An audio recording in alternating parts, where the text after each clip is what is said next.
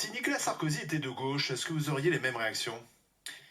Écoutez, moi, je tâche de manière générale à être la plus cohérente possible. Donc, quand je pose des réflexions et des principes, elles valent pour tous.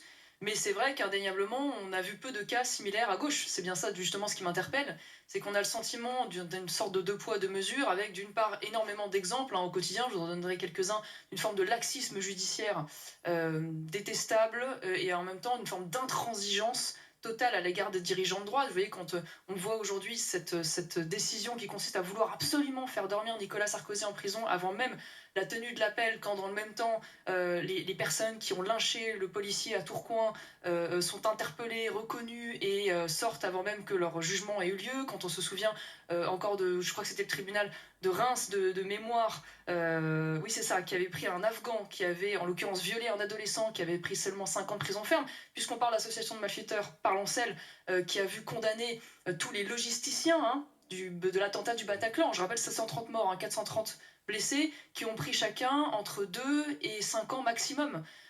Donc, si vous voulez, ça me choque, et pas seulement ça. Il y a un deux poids, deux mesures. Oui, et puis au-delà de ça, il y a, et c'est particulièrement vrai pour les dirigeants de droite, il y a une forme de, comment dire, de violation éhontée de grands principes judiciaires qui devraient tous nous rassembler, qu'il s'agisse bien sûr du secret de l'instruction, violé dans ces affaires de manière quasi systématique. C'était vrai d'ailleurs également pour Marine Le Pen, c'était vrai pour François Fillon.